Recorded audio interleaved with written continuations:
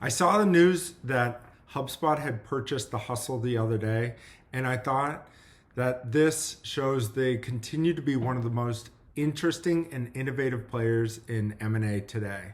I would equate them to the B2B SaaS version of Amazon, in that Amazon has also understood that content is crucial for growing their business. They invested heavily in Prime Video by creating movies, by getting movie rights, by developing their own series, and most recently, they purchased a podcast company, The Wondery.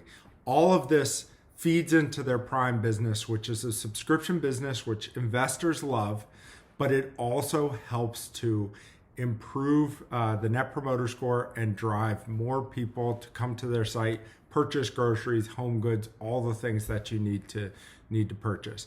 I think HubSpot brings a really similar mindset to how they're growing their business and how they're picking different markets to go into, and I think it's fascinating to watch.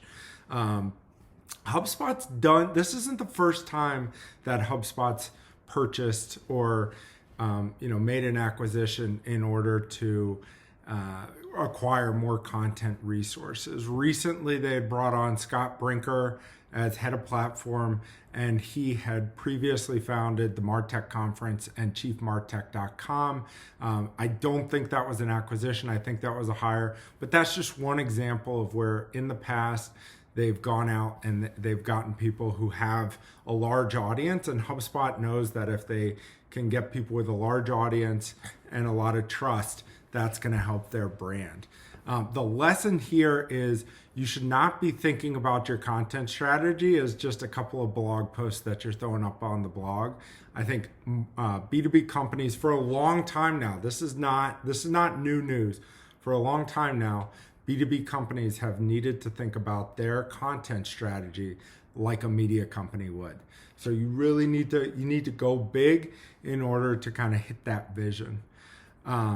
HubSpot is understanding how critical awareness is to drive users in, and I think they're playing the long game.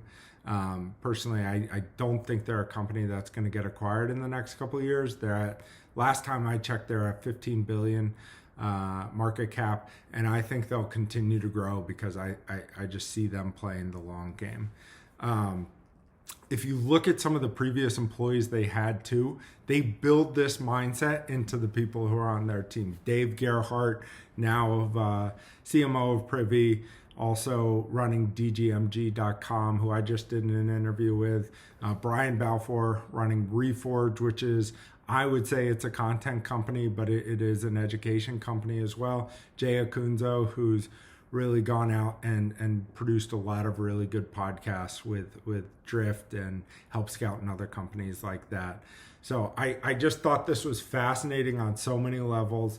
I think it's pushing the rest of the B2B world to think like a media company, and I think that's where your head needs to be if you're in marketing these days. Content is not dead.